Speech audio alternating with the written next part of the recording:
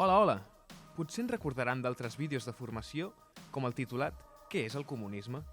Si no el teniu vist, us recomanem molt fort que hi feu un cop d'ull. I si ja el teniu vist, doncs sigueu benvinguts i benvingudes. Com bé sabeu ja, aquests vídeos formen part del cicle Bases teòriques del comunisme, un cicle que ens permetrà conèixer els pilars del comunisme, amb les seves principals definicions, i també ens permetrà conèixer algunes de les persones revolucionàries que ens han fet pensar i ens han demostrat que un futur millor per la nostra classe és possible. Davant dels qui neguen l'existència i la viabilitat de les alternatives al sistema capitalista i neoliberal, Comunistes de Catalunya i la Joventut Comunista de Catalunya, no ens resignem. Volem parlar d'on venim, de quins principis sustenten la nostra ideologia i demostrar que el comunisme és una proposta que explica el passat, que pot transformar el present i que ens pot oferir un futur millor. Precisament d'això va el vídeo d'avui. Després de saber què és la lluita de classes, què són el socialisme i el comunisme, què és el marxisme, què és el Partit Comunista i quines són totes les lluites que conformen el moviment obrer, comencem a repassar alguns dels personatges que han enriquit el nostre pensament i la nostra praxi política. I començarem pel principi, amb el gran Karl Marx. Així, en aquest vídeo trobaràs un petit repàs a la vida de Marx i t'explicarem conceptes bàsics relacionats amb ell, responent a diverses preguntes. Com dèiem, començarem pel principi. Per presentar-vos l'estrella del vídeo d'avui, per presentar-vos a la persona que va ser capaç d'expressar amb les paraules correctes i adequades els fenòmens que, des de feia anys, altres autors, sí, en masculí, perquè les dones no tenien massa marge per expressar-se i encara menys ser escoltades. Ja havien observat, però no havien acabat d'apuntar. Com que el context és important, coneixerem una mica més de la persona del bo d'en Karl. Karl Heinrich Marx va néixer el 5 de maig de 1818 a Treveris, al Regne de Prússia, el que ara coneixem com Alemanya. Nascut en una família jueva acomodada, va començar a estudiar dret a la Universitat de Bonn, però abandonà la carrera per cursar filosofia, la seva veritable passió, a Berlín, arribant a doctorar-se a la Universitat de Jena el 1841, amb una tesi sobre la filosofia de la natura d'Epicur, i és que era un enamorat del món clàssic. A Marx se li poden posar moltes etiquetes. Va ser filòsof, economista polític, sociòleg i revolucionari. La clau de les seves obres és la capacitat per incloure totes les disciplines de les ciències socials en les seves anàlisis, desenvolupant l'anàlisi de la història en termes de classe. Tal com recull la seva famosa màxima, la història de totes les societats és la història de la lluita de classes. D'això en parlarem més endavant. Aquestes formulacions, però, no les va fer sol. De fet, costa molt fer un repàs exhaustiu de la biografia de Marx sense el seu inseparable company Friedrich Engels. Friedrich Engels va néixer el 28 de novembre de 1820 a Barmen, també al Regne de Prússia, també a l'actual Alemanya. Va néixer en una família acomodada, i és que el seu pare era l'amo d'una fàbrica tèxtil a Barmen i era soci de l'empresa cotonera Ermen & Engels, amb una factoria a Salford, Manchester, al bell mig de la revolució industrial. En l'àmbit familiar, va estar en ple contacte amb idees liberals moderades, amb una ferma lleialtat al Regne de Prússia i en la fe calvinista. La seva obra primerenca el va portar a combatre filosòficament un d'aquests fonaments familiars, la religió, passant de ser agnòstic a ateu militant. La qualitat dels seus plantejaments li va obrir les portes, malgrat no tenir formació universitària, del cercle dels joves hegelians, on va conèixer i fer una profunda amistat amb Marx.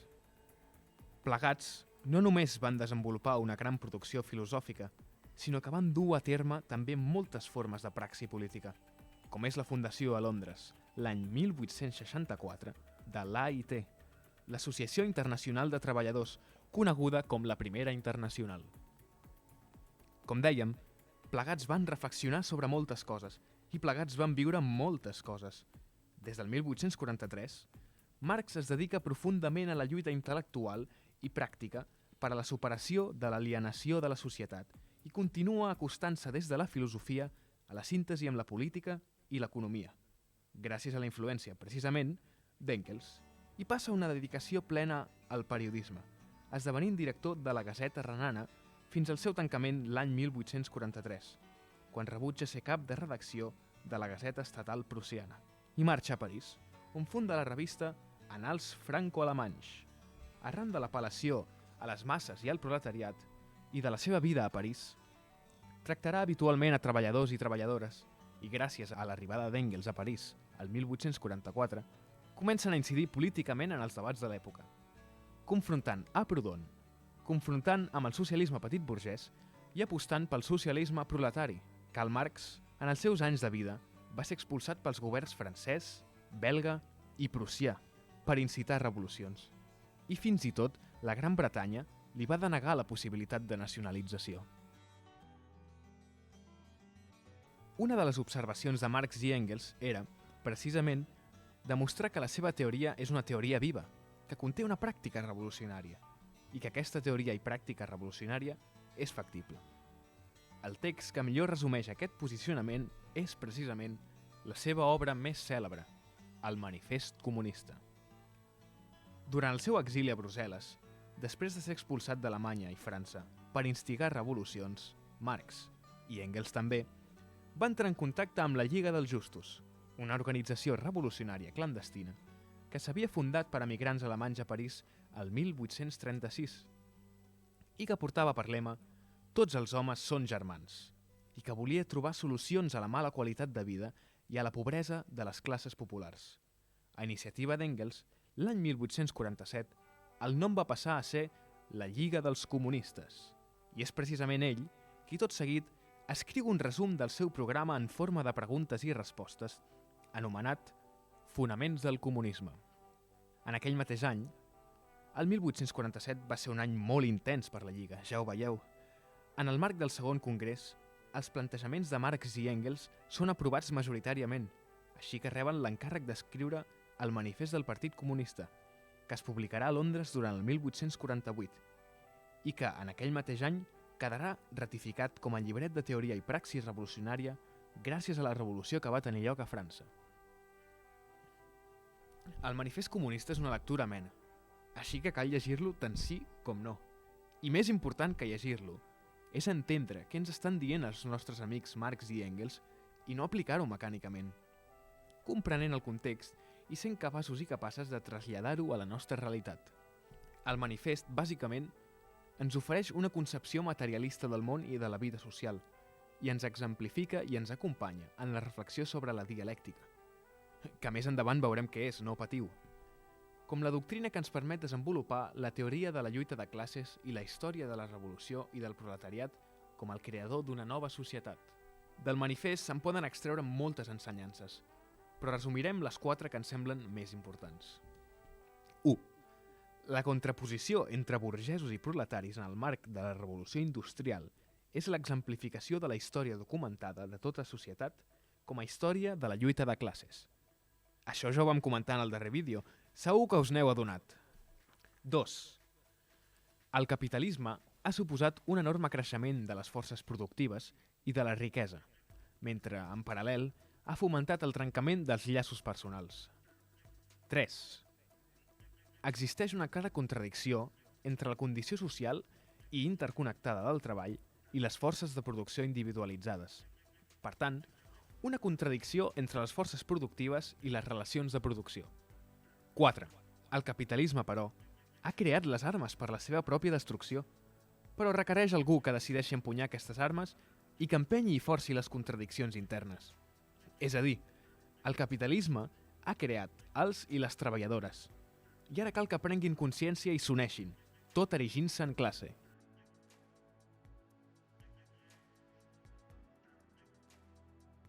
Hi ha 2 paraules que ens ajuden a entendre com Marx i Engels concebien el món i el seu funcionament, i són la dialèctica i el materialisme. No us espanteu, no és tan complicat.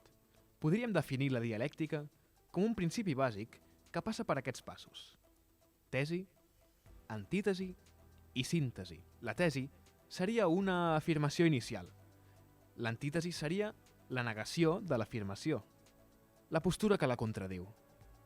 I, en canvi, la síntesi és el resultat de la contradicció. I direu, molt bé, això de què serveix? Per a Marx i Engels, la dialèctica és una llei general que explica l'evolució de la naturalesa, però també de les societats, que no avancen en línia recta de forma gradual, sinó a partir de contradiccions que forcen canvis. Uns canvis que es produeixen en salts, cataclismes, revolucions, etc. Karl Marx veu de la concepció de la dialèctica del filòsof alemany Hegel, però trenca amb la concepció idealista o espiritual que té de la persona, en línia amb el que fa un altre filòsof alemany, Feuerbach, i incorporarà el component materialista a partir del qual el pensament i la consciència són fruit de la naturalesa, no pas de l'esperit, i es veuen influïts per les relacions socials. Si ajuntem les diferents coses que hem explicat sobre el concepte de la dialèctica i del materialisme, tindrem una de les eines més potents que ofereix el marxisme, el materialisme dialèctic. Recordeu quan al primer vídeo us dèiem que el mètode dialèctic té en compte les diferents contradiccions que ens aporta la realitat per buscar una síntesi que les superi? Doncs una mica la cosa va per aquí. Recorrem a un dels més grans, en Vladimir Lenin, per explicar en ben poc tros què és el materialisme dialèctic. Només considerant de forma objectiva el conjunt de les relacions mútues de totes les classes, sense excepció, d'una societat concreta, i tenint en compte, per tant, el grau objectiu de desenvolupament d'aquesta societat i les seves relacions mútues amb altres societats, podem disposar d'una base que ens permeti traçar precisament la tàctica de la classe d'avantguarda. I Lenin ens recorda que totes les classes i tots els països s'examinen d'un mode dinàmic, no estàtic, perquè no són una cosa immòbil, sinó en moviment. El bo d'en Vladimir era un besat, sens dubte. Quedeu-vos amb una cosa, no hi ha veritats generals que serveixin en tots els moments i en tots els llocs. El marxisme és com anar al gim. Ser mandrós no ens renta, no ens serveix ni per muscular ni per la lluita de classes. Cal constància per estudiar i analitzar cada situació concreta. Materialisme dialèctic, bros. Aproximar-se a la realitat a partir d'unes eines i uns principis ideològics, però sense respostes predeterminades.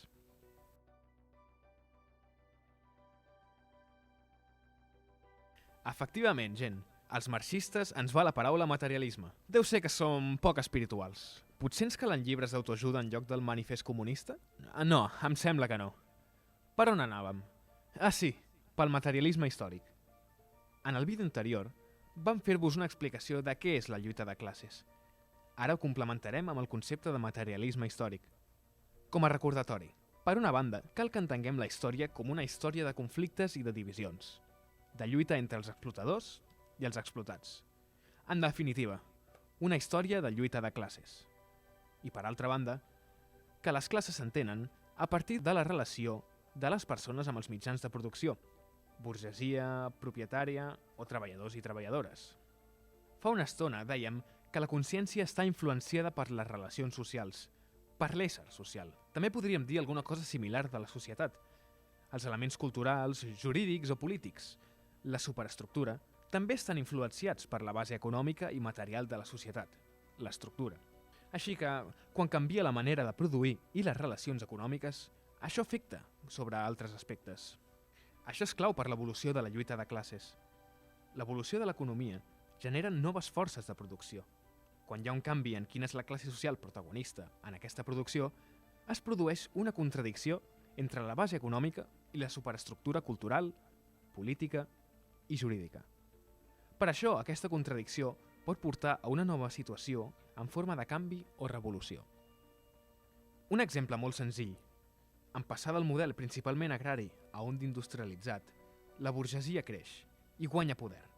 Això fa que existeixi una tensió entre la base econòmica de la societat i la superestructura política, portant-la a l'esclat de les revolucions burgeses. Quan l'evolució de la indústria o del model de producció capitalista porta a un gran creixement de la classe treballadora, això pot generar les condicions per a una revolució proletària socialista.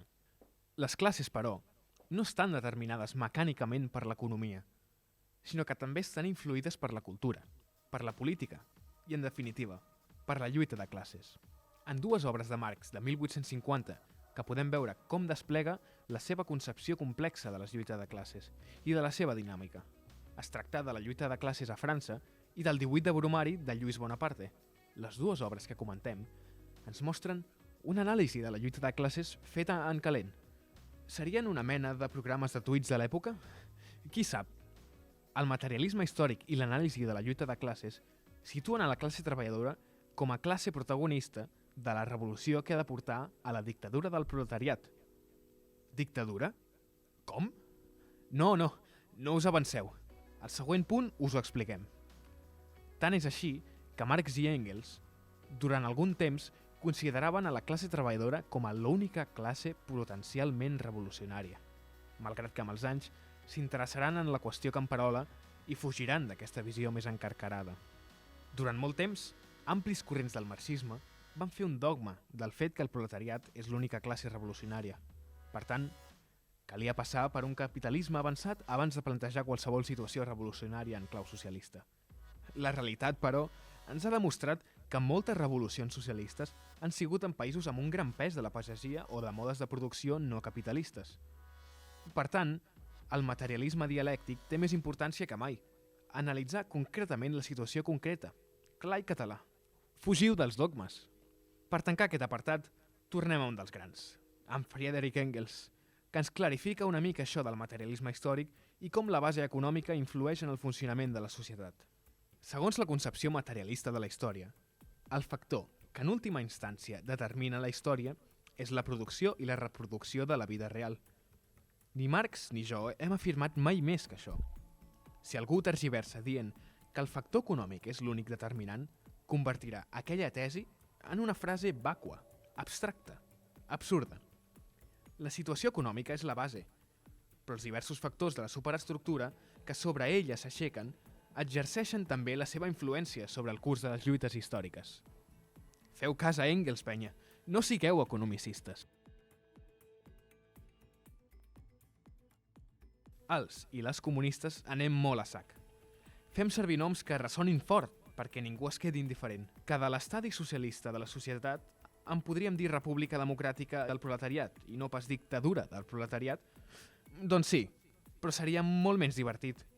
De fet, els dos conceptes són correctes. En el primer vídeo ja us explicàvem les diferències entre una societat socialista i una societat comunista. Si us recordeu, un dels elements que defineixen el socialisme és que la classe treballadora pren el control de l'Estat i que un cop s'eliminin les classes socials, el mateix Estat perdrà el sentit d'existir, arribant així al comunisme. El comunisme el podríem definir com l'absència de tota dominació i la plena realització de la condició humana. Avui aprofitem l'ocasió per aprofundir una mica més en per què cal prendre i transformar l'Estat. La idea de dictadura del proletariat va precisament d'això, però abans deixeu-nos desfer un equívoc. Marx i Engels prenen el concepte de dictadura de la tradició de l'època romana, on no tenia res a veure amb la tirania, sinó que en l'antiga Roma, en un període crític, s'atorgava plens poders a un cònsol per fer el que fos necessari per la república. L'Estat és una eina en mans de la classe dominant. En el capitalisme es troba en mans de la burgesia, dels propietaris dels mitjans de producció, de la gent amb pasta, bàsicament, i serveix per imposar els seus interessos.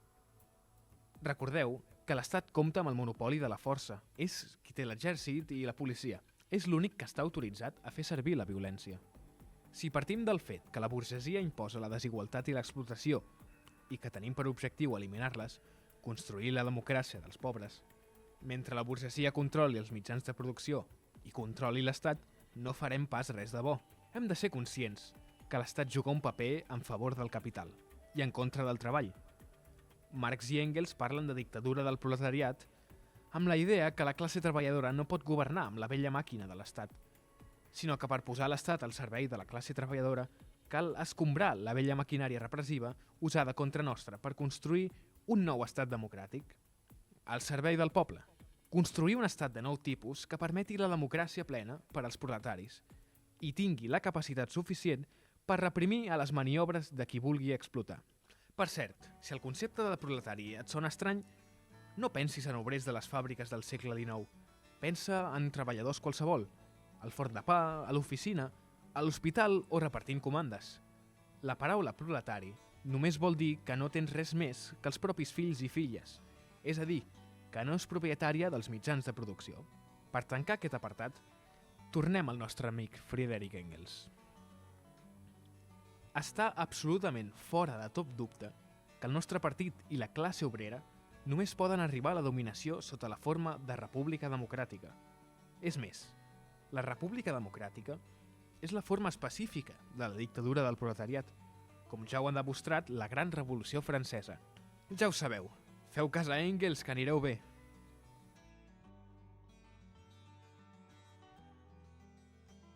Quan va morir Marx, Engels va dir d'ell que per damunt de tot era un revolucionari amb una missió a la vida: contribuir a l'enderrocament del capitalisme i de les seves institucions estatals, i contribuir a l'alliberament del proletariat. Per fer-ho, va dedicar molts esforços a donar eines teòriques i polítiques a la classe treballadora, però també va dedicar un esforç enorme a entendre i descriure el funcionament del capitalisme.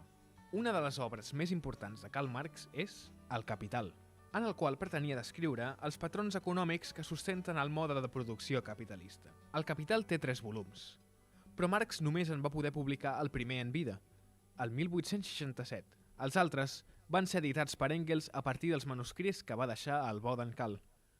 Podríem fer bastants vídeos parlant del contingut del Capital, però això ho deixem per més endavant. Avui només us deixem algunes idees bàsiques. Comencem parlant de l'acumulació de capital. Pel desenvolupament del capitalisme, cal una acumulació de capital per dedicar-lo a la producció, i històricament això ha necessitat 2 coses: que determinades persones acumulin molts diners en un context de desenvolupament de les tècniques de producció força alt, i que els obrers siguin lliures. Lliures per ser explotats. Lliures per vendre la seva força de treball, perquè no hi ha impediments legals per fer-ho, i no disposen de terra per conrear, ni mitjans de producció propis. A l'inici del capitalisme hi trobem l'acumulació primitiva de capital, basada en la separació violenta del treballador de les terres, apartant-lo de les terres comunals, aprofundint en el colonialisme, i això va crear un proletariat que no tenia res i era lliure de deixar-se explotar fins a l'extenuació. L'acumulació de capital permet desenvolupar el capitalisme i també invertir en maquinària, fet que crea una cosa molt senzilla amb un nom molt estrany: l'exèrcit industrial de reserva.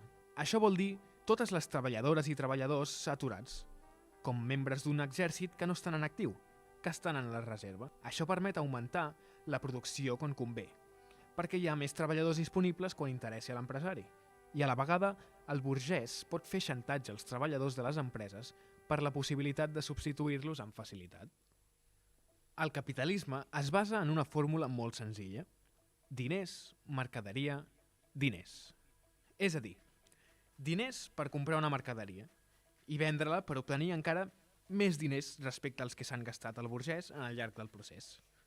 Darrere de cada mercaderia hi ha el treball humà en abstracte.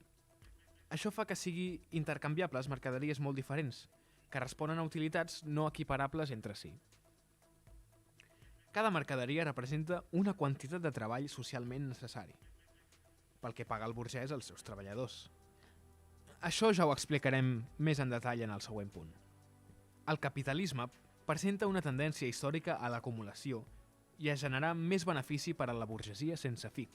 Això porta a una centralització del capital, a crear una xarxa de mercat mundial, expropiant fins i tot a molts capitalistes per centralitzar la propietat en uns pocs. Sí, penya. Marx ja parlava d'això al segle XIX, abans de la globalització i de l'especulació desmesurada actual, que fins i tot impedeix la viabilitat de les petites empreses. En general, podríem parlar que la lluita de classes ve determinada per una contradicció clau: la contradicció entre capital i treball.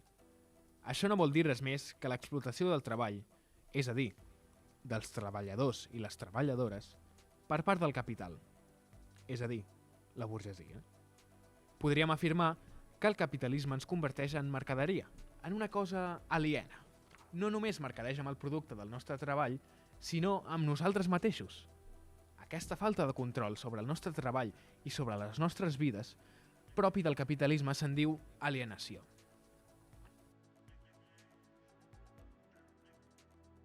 És possible que hàgiu sentit a parlar del concepte de plusvàlua. Aquest és una de les principals aportacions de Marx a l'hora d'analitzar com funciona el mode de producció capitalista i d'on surten els guanys de la burgesia. Ens podríem preguntar, un cop el burgès ha pagat el lloguer del local, la maquinària, els ordinadors, les llicències del programari, les matèries primeres, l'energia necessària i tots els costos que pugui tenir, d'on surt el benefici que s'embutxaca? Doncs sí, gent, de la plusvàlua.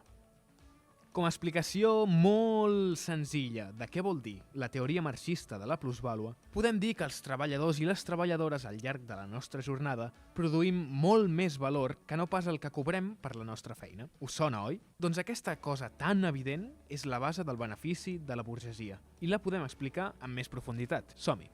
El burgès paga un salari a les treballadores i als treballadors que té, però aquest salari no equival al treball d'aquestes persones, sinó que paga força menys. En lloc de pagar el valor del treball, només paga el valor de la reproducció de la força de treball, és a dir, el cost d'allò que el treballador necessita per viure, el menjar, l'habitatge, la cultura, etc. Podríem dir que el burgès només paga per una part de la jornada laboral, el temps de treball que cal per pagar el cost de la vida del treballador. En vocabulari de l'amic Karl Marx, el temps de treball socialment necessari. Posem un exemple. Un treballador al cap del dia produeix un valor de 100 i el seu cost de la vida per comprar el menjar, pagar el lloguer, sortir un dia al teatre, etc., és de 70. El burgès pagarà la força de treball a un preu equivalent al valor del treball necessari per mantindre el treballador. Si ens fixem en el total del valor del treball generat pel treballador, el que resta del treball socialment necessari, aquest 30, és treball excedent, és la plusvàlua. Si això ho apliquem a l'horari de la jornada laboral, podríem fer una cosa ben senzilla. Pensar quantes hores són necessàries per cobrir el cost de la vida i quantes hores esteu generant plusvàlua. Bàsicament, recordeu-vos-en quan us vulguin fer treballar hores extres sense cobrar. Per acabar, quedem-nos amb això que ens deia el filòsof marxista Manuel Sacristán, parlant de la plusvàlua. En la societat capitalista, l'obrer no té més remei que sotmetre's a aquesta situació. Per això, a diferència de la socialdemocràcia, el moviment marxista-leninista es proposa més que suavitzar l'explotació de l'obrer sense eliminar el mode de producció capitalista, fer que els mitjans de producció passin a les mans de la classe obrera. Feu cas a Sacristán i no sigueu socialdemòcrates. En el primer vídeo, ja vam explicar que Karl Marx va dir la famosa frase «Jo no sóc marxista», referint-se a algunes interpretacions que es feien de la seva obra. Com dèiem llavors, Marx i Engels van posar les bases del marxisme, però com el coneixem ara és una creació posterior.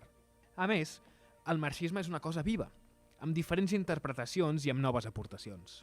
El marxisme és la base del moviment de la classe treballadora i dels pobles a gran part del món. De fet, Marx i Engels sempre van tenir clar que els comunistes no som un grup a part de la classe treballadora. Ells, l'any 1847, ja es van afiliar a la Lliga dels Justos, que a proposta d'Engels va passar a dir-se Lliga dels Comunistes. El manifest comunista va ser un encàrrec de la Lliga i va servir per posar en ordre el pensament comunista europeu. Engels i Marx, després de la derrota de l'onada revolucionària de 1848, veuen ràpidament les limitacions de la Lliga dels Comunistes, que era bàsicament una societat secreta. Amb els anys, en l'època de l'Associació Internacional dels Treballadors, defensaran la participació de la classe treballadora en política i la necessitat de crear partits obrers socialistes. L'acomodament dels partits socialdemòcrates a principi del segle XX va portar Lenin a trencar amb la socialdemocràcia i a impulsar la creació dels partits comunistes arreu del món, després de la Revolució Russa. Lenin va aprofundir en el funcionament del Partit Comunista a partir de les premisses fixades per Marx. Milions de comunistes d'arreu del món han reproduït les ensenyances de Marx, Engels i Lenin, adaptant-les al seu context, construint el Partit Comunista de cada país. La història del comunisme està plena de persones cabdals, que a través de la seva pràctica revolucionària i el seu pensament polític han posat les bases per la lluita per un nou món. Karl Marx i Friedrich Engels, Vladimir Ilich Lenin, Antonio Gramsci, Rosa Luxemburg, Alexandra Kollontai, Álvaro Cuñal o Fidel Castro en són alguns d'exemples. En els pròxims vídeos aprofundirem en els principis del comunisme que avui hem exposat, a través d'alguns d'aquests revolucionaris i revolucionàries. Perquè, com deia el mateix Antonio Gramsci, instruïu-vos, perquè necessitarem tota la nostra intel·ligència. Emocioneu-vos, perquè necessitarem tot el nostre entusiasme. Organitzeu-vos, perquè necessitarem tota la nostra força.